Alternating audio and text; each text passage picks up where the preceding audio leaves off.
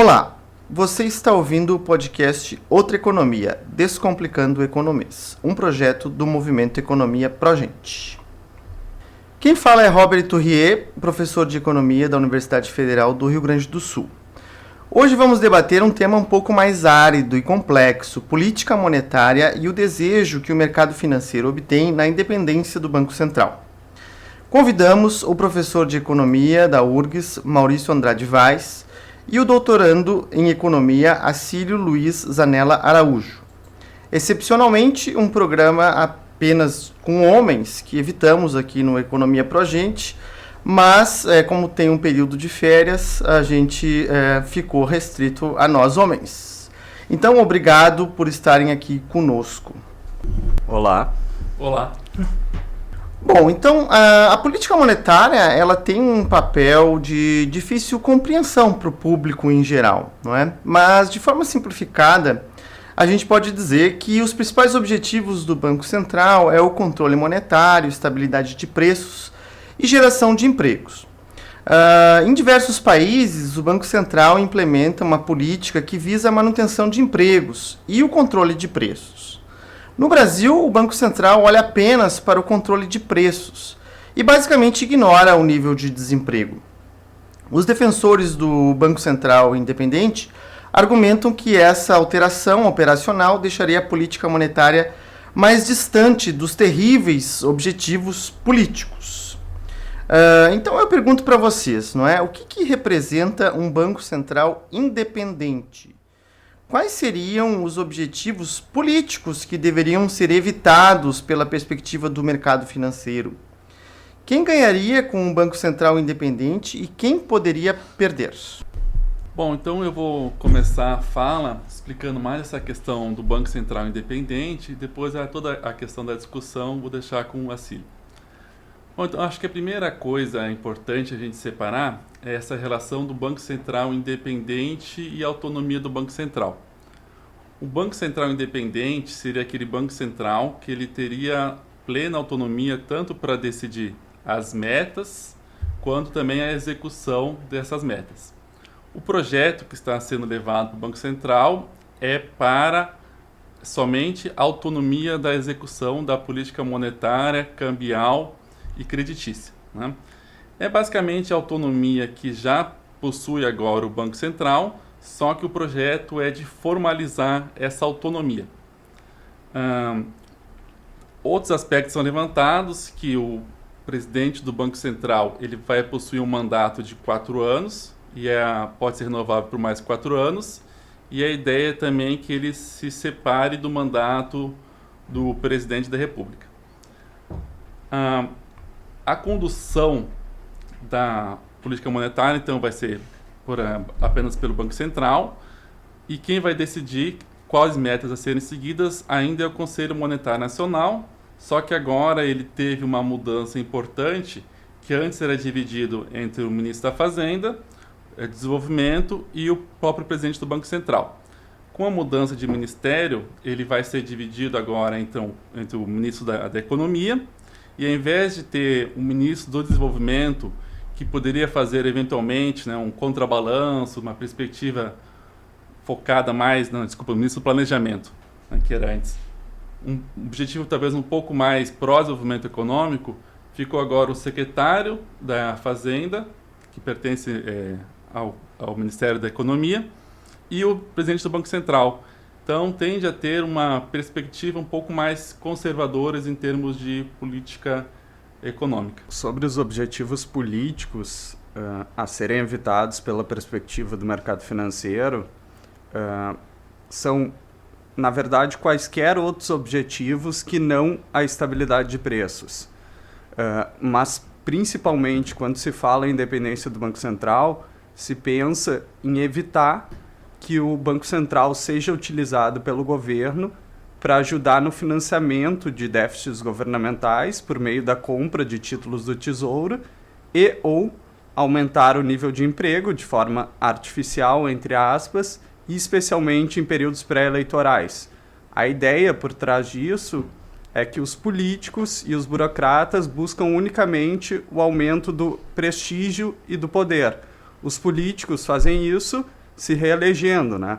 Então, eles, teoricamente, pressionariam os técnicos do Banco Central a adotar políticas que não seriam as corretas, né, dentro do receituário convencional e assim possibilitar a reeleição desses políticos, né? Grosso modo, o principal ganhador com a independência do Banco Central é o sistema financeiro, né, que mantém o Banco Central sob o seu controle e focando exclusivamente na estabilidade de preços. Por outro lado, os trabalhadores, eles perdem com essa independência total do Banco Central, uma vez que eles têm as suas preferências e visões de mundo ignoradas na formulação da política monetária, né? Apenas para corroborar o meu raciocínio, eu trouxe aqui as conclusões de 2 artigos de um economista norte-americano, Adam Posen, os 2 trabalhos, um de 1993 e outro de 95. Ele assinala nesses artigos que a independência do Banco Central não tem sido uma questão meramente técnica, de analisar os modelos institucionais do Banco Central que geraram melhores resultados em termos de emprego e inflação. Não. Como a política monetária e a inflação têm impactos distributivos importantes, os grupos que são mais afetados pela inflação, especialmente o mercado financeiro, vão pressionar por uma independência do Banco Central, né?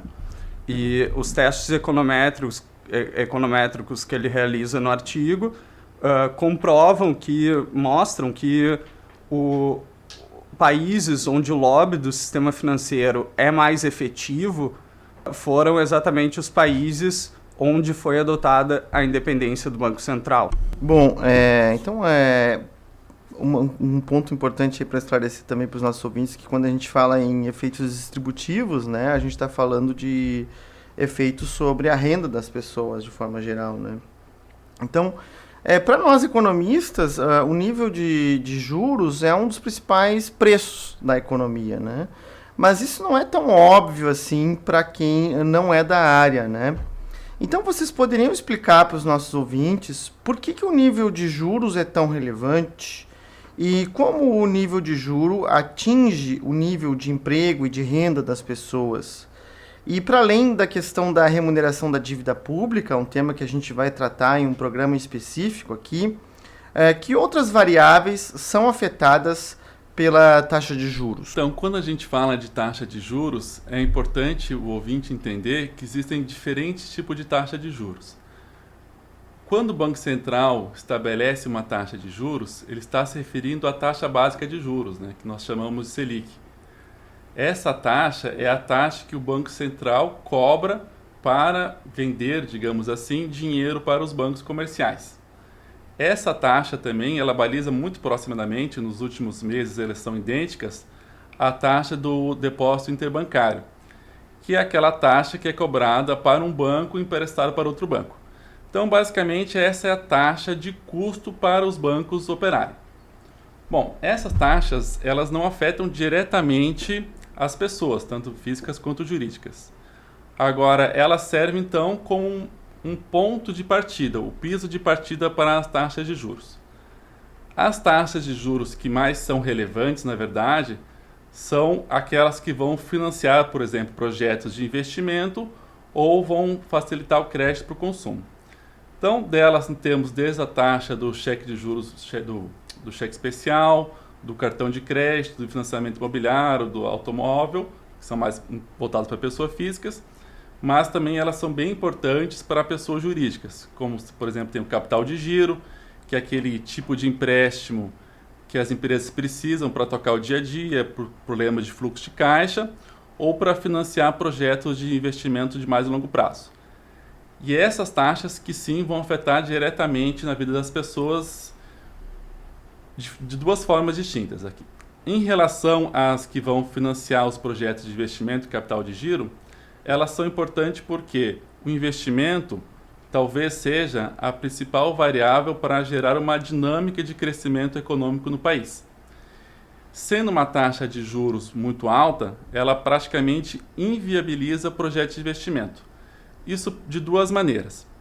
Se o empresário não possui recurso próprio, ele vai ter que tomar junto ao sistema financeiro, e se for uma taxa de juros muito cara, ela não compensa o retorno esperado desse projeto, né? O ouvinte também tem que ter sempre a noção da questão que o empresário ele não sabe exatamente quanto que ele vai ter de retorno do seu investimento.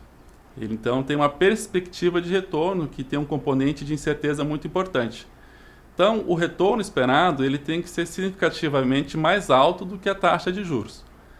Mesmo que o empresário já tenha um recurso próprio para investir, a taxa de juros também é importante, porque ela vai ser uma alternativa de retorno. Então, o empresário vai levar em consideração: se eu aplicar o meu dinheiro em título público, por exemplo, eu vou ter um retorno fixo, seguro, e eu vou saber se eu vou, exatamente o que eu vou ganhar. Agora, se então essa taxa de juros título público, que é livre de risco, é muito alta, fica muito desestímulo para realizar investimento, mesmo que ele tenha esse recurso. Por outro lado, o crédito da taxa de juros para o consumo também é relevante, tanto para as pessoas terem o consumo em si, que é importante, né, para o padrão de vida das pessoas, mas esse consumo também ele vai estimular ou não as empresas a produzirem. Então, essa combinação dos juros, tanto para o consumidor quanto para o empresário, é um fator chave para as empresas decidirem produzir e investir, que, por sua vez, é essencial para a geração de emprego e, consequentemente, renda. Então, essa seria, basicamente, a dinâmica mais importante da taxa de juros, mas ela também afeta outros fatores chaves da economia. Então, além dessa questão importante, da questão fiscal, que vocês vão falar num programa futuro, ela é importante para a taxa de câmbio. Se a taxa de juros ela está em um patamar mais elevado, ela tende a atrair mais capital externo. Atraindo mais capital externo, tende a apreciar a nossa moeda. Uma moeda mais apreciada vai trazer efeitos positivos e negativos. Acho que cabe um programa específico para falar sobre taxa de câmbio, mas basicamente a moeda apreciada ela vai favorecer as importações e vai facilitar o consumo e favorece o salário real. Uma moeda mais depreciada, ela favorece as exportações, dificulta o turismo de quem vai daqui para fora, mas facilita de quem vem de fora para cá. Então elas têm as vantagens e desvantagens, mas de qualquer maneira ela afeta a vida das pessoas. E o que mais se fala do Banco Central, que é o combate à inflação, que seria o objetivo praticamente único do nosso Banco Central, ela na verdade ela tem uma relação indireta. Ela se dá através da taxa de câmbio, como eu mencionei, que pode baratear o custo do importado e consequentemente também do que é produzido internamente, porque uma parte dos bens são importados. E outra forma é através da repressão da demanda. Então você baixa tanto a demanda, gera menor número de empregos, consequentemente você tem uma pressão para reduzir os salários e uma pressão para reduzir os preços dos produtos. Aí é assim que acaba atingindo a inflação, mas é um remédio bem dolorido para conseguir atingir a redução da inflação. Complementando, eu acho que é importante enfatizar que no caso do Brasil, o câmbio tem sido justamente o principal instrumento de controle da inflação. Ou seja, quando a taxa de câmbio ela se desvaloriza, o Banco Central normalmente perde a meta de inflação, não consegue atingir essa meta. Quando a taxa de câmbio aprecia, o Banco Central tende a alcançar a meta de inflação, né? Então, o que a gente vê por parte do comportamento do Banco Central é o seguinte: ele ataca de forma significativa desvalorizações na taxa de câmbio e tende a absorver as apreciações no câmbio, né?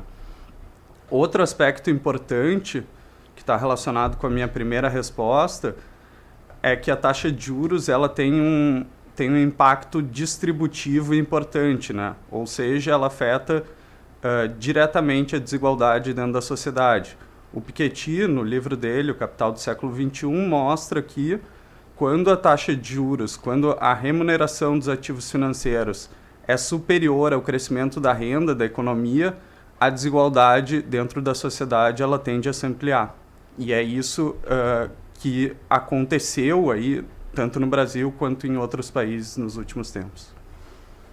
Bom, a despeito da recente queda da taxa de juros no Brasil, a gente sabe que ela ainda é bastante elevada, né? Não apenas a Selic, como vocês falaram, mas também o juro ao consumidor e às empresas. Então, quem ganha com juros altos? O que explica tanta cautela, como a gente observou na política monetária recente no Brasil, né, para ser uma política mais flexível, ou seja, que possa expandir mais o crédito ou então reduzir a taxa de juros de forma mais rápida, como aconteceu em outros países? Quais são os elementos que explicam o nível de taxa de juros? Além dos bancos, os principais ganhadores com uma taxa de juros mais elevada são os chamados investidores institucionais, como fundos de pensão e companhias de seguro, empresas com alta geração de caixa e, claro, a parcela da população que tem acesso a papéis financeiros, né? Do lado dos perdedores está, obviamente, o Estado, que precisa destinar parte do seu orçamento para o pagamento dos juros da dívida pública, e os consumidores e empresários que precisam recorrer ao sistema financeiro nacional para financiar seus investimentos ou a compra de bens. Como uma taxa de juros alta geralmente vem acompanhada de um câmbio apreciado, a lista de perdedores e ganhadores é um pouco maior, né? Do lado dos ganhadores, a gente tem principalmente os importadores de bens e todos os investidores que desejam remeter capital ao exterior, né? E do lado dos perdedores, a gente tem os exportadores e os produtores de bens de consumo comercializáveis no mercado interno, né? É importante pontuar que ao longo dos anos 2000, os produtores de commodities, eles foram compensados nesse contexto por um aumento dos preços internacionais desses produtos, então não sofreram tanto quanto outros produtores locais, né? Os defensores da política monetária adotada nos últimos anos apontam diversas razões para essa cautela na política monetária, né, em adotar uma política monetária mais flexível.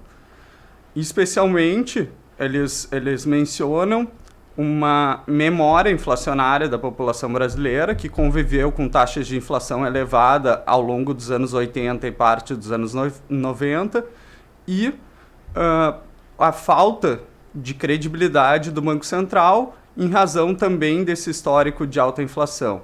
Então, de acordo com eles, o Banco Central deveria adotar essa postura mais conservadora por um tempo, até que a reputação de um Banco Central que não é leniente em relação à inflação fosse conquistada, né? O resultado disso, a gente conhece, foram mais de 20 anos com uma taxa de juros muito acima dos países em desenvolvimento e inclusive também de países latino-americanos. Apenas muito recentemente essa taxa de juros convergiu para o patamar desses países. Então, o que explica essa taxa de juros tão elevada no Brasil? Olhando do ponto de vista da Selic, antes de elaborar a questão que eu considero central para explicar a taxa de juros no Brasil, eu acho que é importante fazer algumas definições por conta de possíveis mal-entendimentos que há estimulados pelos economistas, né? O primeiro é que a taxa de juros básica da economia brasileira não é como qualquer outro preço da economia. O Banco Central, ele administra esse preço. Ele tem o controle, através das operações de mercado aberto, sobre o nível da taxa de juros básica. Ele não pode fazer isso em relação a outros preços de bens e serviços. Esses preços são determinados pelas empresas, né? Isso parece óbvio para a maioria das pessoas, mas não é óbvio para grande parte dos economistas, que considera que o Banco Central controla a oferta de moeda, mas não controla a taxa de juros básica da economia, né? Então, a taxa de juros é essencialmente um fenômeno monetário e é controlada pelo Banco Central, ao menos a taxa de juros básica, a Selic, né? Outro ponto que é importante esclarecer é o seguinte: o Banco Central ele não está livre, como qualquer outra instituição, ele não está livre de pressões políticas, né? Geralmente se olha para as pressões advindas do governo sobre o Banco Central. Essa é uma visão bastante simplificada de todas as pressões políticas que o Banco Central sofre. Como reconhecido pelo vice-presidente do Banco Central americano, Alan Blinder, um tipo de independência que é pouco comentada e é bastante importante é a independência do Banco Central em relação ao mercado financeiro. O Banco Central ele tende a basicamente seguir os desejos desse mercado, né? Não é preciso mencionar que os presidentes dos bancos centrais normalmente têm carreira anterior no mercado financeiro, no sistema financeiro, e o Banco Central, além de executar a política monetária, ele é o regulador das atividades bancárias. Então, são criados vínculos não acidentais entre o Banco Central e as empresas, as instituições financeiras. Com isso, o que eu estou querendo dizer é que há também um elemento político na explicação dos juros altos no Brasil. Como eu falei na minha primeira participação, a independência do Banco Central ela é fruto de uma batalha política entre grupos mais e menos afetados pela inflação. O mesmo se passa em relação ao regime de metas de inflação. O regime de metas de inflação não foi escolhido por um processo de seleção natural do melhor regime que possibilita os melhores resultados. Não, foi fruto da influência de determinados grupos de interesse que se beneficiariam desse modelo. Portanto, esses dois fatores eles têm uma importância decisiva na execução na formulação e execução da política monetária.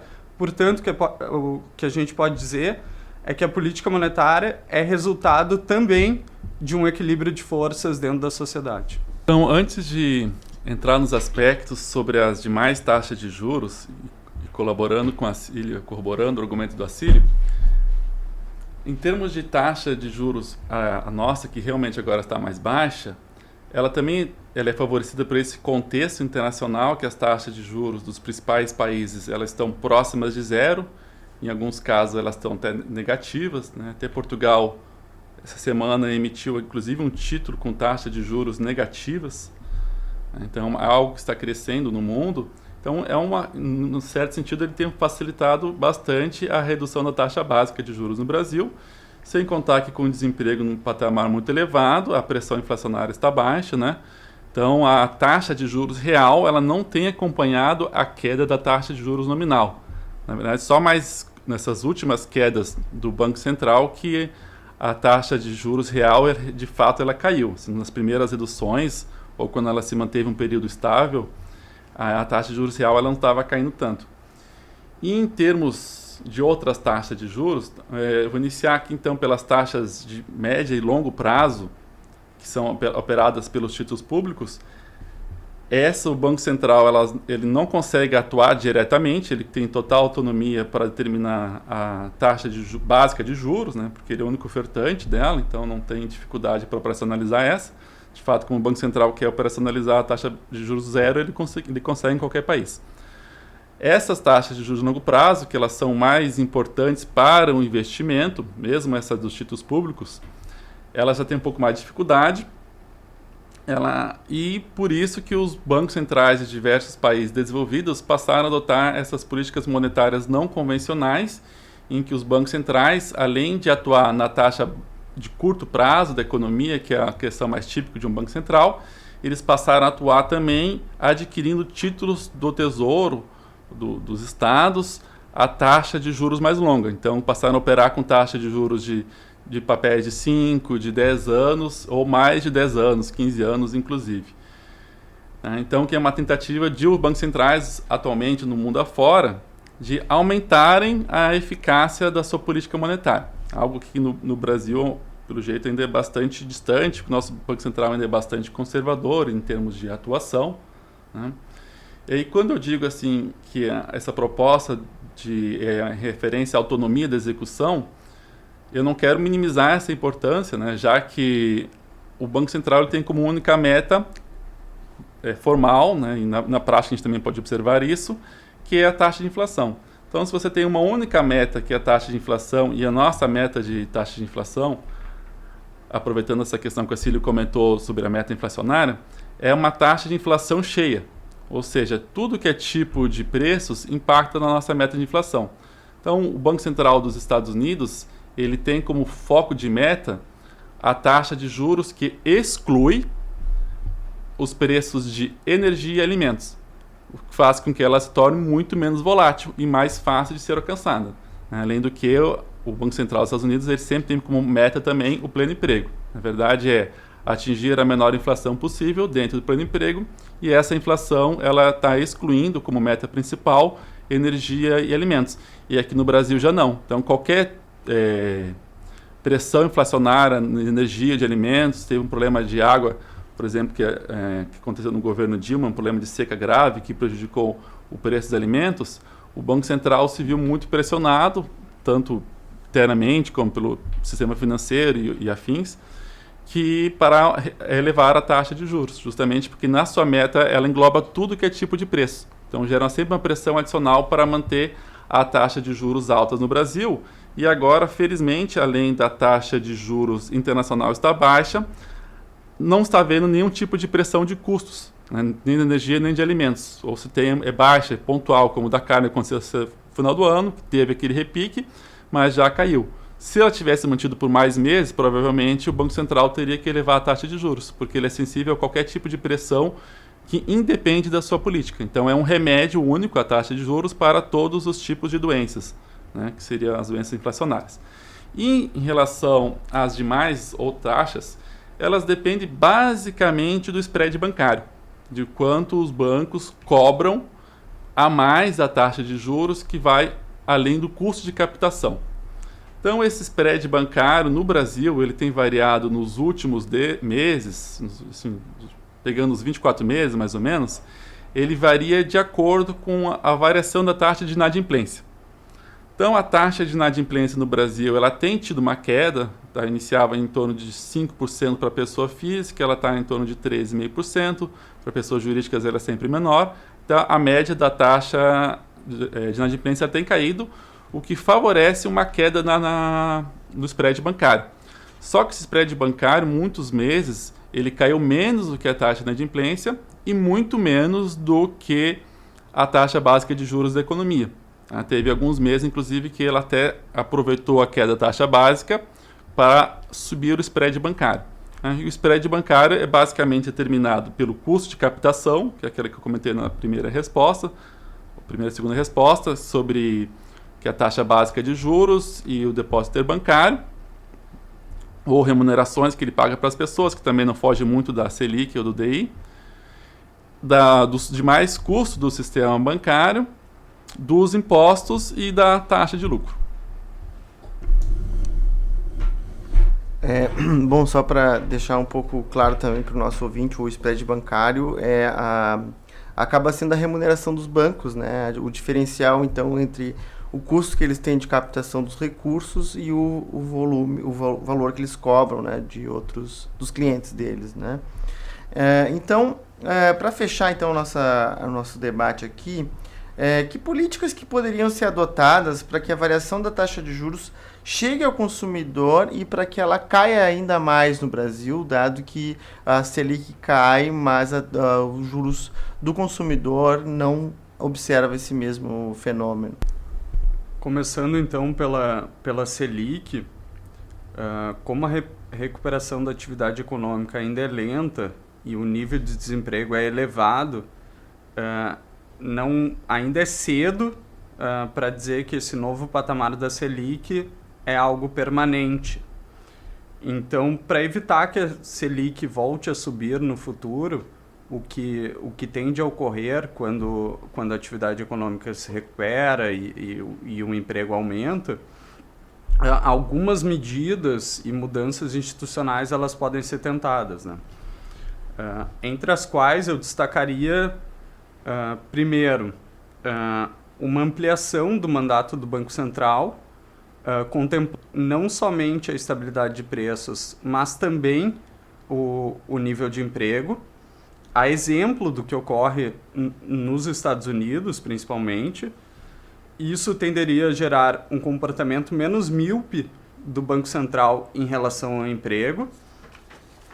E um segundo ponto seria o Banco Central do Brasil é um dos poucos bancos centrais no mundo que utiliza como período de convergência da inflação corrente em relação à meta apenas 1 ano, ou seja, o Banco Central tem que cumprir aquela meta dentro do ano corrente. Isso gera o quê? Isso gera uma excessiva volatilidade da taxa de juros, que por conta de choques temporários, seja do lado da oferta ou uma desvalorização abrupta do câmbio, o Banco Central ele tem que agir de forma significativa, aumentando a taxa de juros. Isso, obviamente, prejudica a atividade econômica e o nível de emprego. Então, uma mudança importante seria a ampliação desse período de convergência em relação à meta, o que permitiria uma absorção mais tranquila desses choques na economia brasileira. Outras medidas de cunho institucional, elas também seriam importantes nesse caso. Eu destacaria principalmente a mudança na composição do Conselho Monetário Nacional, que é, como o Maurício falou, quem determina os objetivos da política monetária, excluindo o direito de voto do presidente do Banco Central. É importante, do ponto de vista democrático, que os objetivos a serem perseguidos pela política monetária sejam definidos pelos representantes democraticamente eleitos. Um segundo ponto seria a mudança do Copom, da composição do Copom, do Conselho de Política Monetária, que estabelece o nível da taxa de juros, né? Nesse sentido, eu acho que seria importante a inclusão de membros externos no Copom, advindos da academia ou de outros setores da sociedade e, consequentemente, com uma visão de mundo diferente daquela vigente no Banco Central. E um segundo ponto seria buscar garantir a pluralidade ideológica dentro da diretoria do Banco Central. Hoje em dia ele é dominado por uma corrente única de pensamento, ao contrário do que ocorre em outras economias, por exemplo, nos Estados Unidos, onde há um debate entre keynesianos e monetaristas dentro do Banco Central. São propostas bem interessantes, eu concordo com todas elas. Seria um bom momento, né? Já que está se discutindo a autonomia do Banco Central. Vocês querem autonomia? Então, pelo menos, tem uma mudança no Conselho Monetário Nacional, né? E nessa questão da formação do Copom, que eu concordo são essenciais para a condução, né? Porque só da autonomia do jeito que está é bem complicado. Bom, em relação, então, como chegar à essa redução da taxa básica de juros para o consumidor final, né, e para o empresário? Bom, então, o principal ponto que eu comentei é essa questão do spread bancário, que seria o principal fator determinante para as taxas de juros serem tão elevadas. Então, como reduzir esse spread bancário? Aí temos dois conjuntos de propostas bastante distintos, né? Tem aquele defendidos, por exemplo, pela própria Febraban. E, então, o que seria esse conjunto de propostas, né? Seria redução de impostos, né? Inicialmente, como o setor privado normalmente inicia a defesa, né? Do aprimoramento de qualquer coisa. E também a questão de políticas que facilitem a redução da inadimplência. Então, o que seriam essas medidas? Seriam redução da assimetria de informação, como, por exemplo, o cadastro positivo. Então, o sistema financeiro tenha mais acesso ao cadastro das pessoas de forma mais ampla. E outra também é a questão da facilidade no cumprimento das garantias dadas para quem toma um empréstimo. Então, por exemplo, a pessoa fez o financiamento imobiliário e virou inadimplente. Eles querem medidas que facilitem, já teve processo que facilitou, mas querem aumentar, deixar mais fácil, na verdade, ainda, esse processo de tomada de bens, de garantia. Mas são algumas propostas que ela possui. Né? E, de outro lado, a gente pode pensar também o que a autoridade econômica poderia fazer para com que essa taxa de juros chegasse ao consumidor. Então, uma coisa que poderia ser feita, que é uma medida mais direta, que foi feita agora por o cheque especial, é a colocação de um teto. Né? Nós temos diversas outras taxas de juros que elas são bastante elevadas, como não só o cheque especial, mas também como outro do cartão de crédito, as linhas diretas para a pessoa física, que poderiam ter algum tipo de teto. Né? Eu imagino que se fosse em outros governos colocar um teto do cheque especial teria dado um rebuliço, mas como é um governo mais pró-mercado, o mercado acabou aceitando essa questão. E outras medidas que poderiam ser colocadas é um estímulo para redução da concentração do crédito do sistema financeiro brasileiro. O sistema financeiro brasileiro ele é muito focado em 4, 5 bancos que concentram basicamente todo o volume de ativos, né? Então, ativo para o banco é aquele empréstimo que ele faz para as pessoas, né? Então, passa a ser um ativo bancário. São basicamente 4, 5 bancos que concentram todos os ativos do país. É uma medida um pouco mais difícil, mas teria algumas possibilidades de fazer isso. Uma terceira, que eu entendo ser a mais efetiva, é uma liderança a partir dos bancos públicos na redução dos spreads. Isso já foi feito no governo Dilma. Ele teve uma repercussão inicialmente positiva em termos de fato, conseguir reduzir diversas linhas de crédito, mas ele teve uma pressão grande do sistema financeiro. Talvez a Dilma também não tenha conseguido administrar adequadamente a condução das expectativas e conseguir um apoio mais generalizado para que essas medidas se mantivessem por mais tempo, e ela acabou que não conseguiu permanecer essa estratégia mais agressiva por parte dos bancos públicos. Na Caixa talvez tenha tido também alguns tipos de problema de cadastro, que agora, ele não tão recente, mas nos últimos anos aperfeiçoou o sistema de cadastro da Caixa Econômica, favorecendo a redução da inadimplência. Então, ali naquele período teve um pouco de falhas de cadastro, juntamente com uma estratégia mais agressiva, e aumentou a taxa de inadimplência da Caixa, e foi ocupada essa estratégia de redução dos spreads. Mas, na verdade, a inadimplência não tem uma relação com a redução de spread. É um problema que o banco possuía, que eles já foram corrigidos, com o desenvolvimento, que o Banco do Brasil já era mais avançado nesse aspecto e não teve aumento na inadimplência. Então, na verdade, posteriormente teve aumento na inadimplência, foi o nível de desemprego elevado, que invariavelmente acaba tendo aumento na inadimplência. Então, esses aspectos entendo que seriam os mais importantes para a redução do crédito para as pessoas físicas e jurídicas na ponta final. Né? Uma outra tentativa que já foi feita em alguns momentos, que é a redução do compulsório, né? Que é aquele dinheiro que os bancos têm que manter na forma de reservas obrigatoriamente. A redução dos compulsórios ela tem um efeito um pouco limitado, porque ela reduz o que os bancos são obrigados a deixar na forma de reservas. Mas os bancos eles também podem deixar uma quantidade de reservas de forma voluntária. Então, se eles estão mais avessos ao crédito, para eles não necessariamente isso vai provocar uma redução da taxa de juros. Por isso que eu entendo que o ponto 2 e 3 seriam os mais fundamentais para a redução do crédito ao consumidor e investidor final. Bom, deixamos a sugestão do podcast parceiro nosso, o É da Sua Conta, número 8, que trata de financiarização, tema correlato com o nosso aqui de hoje.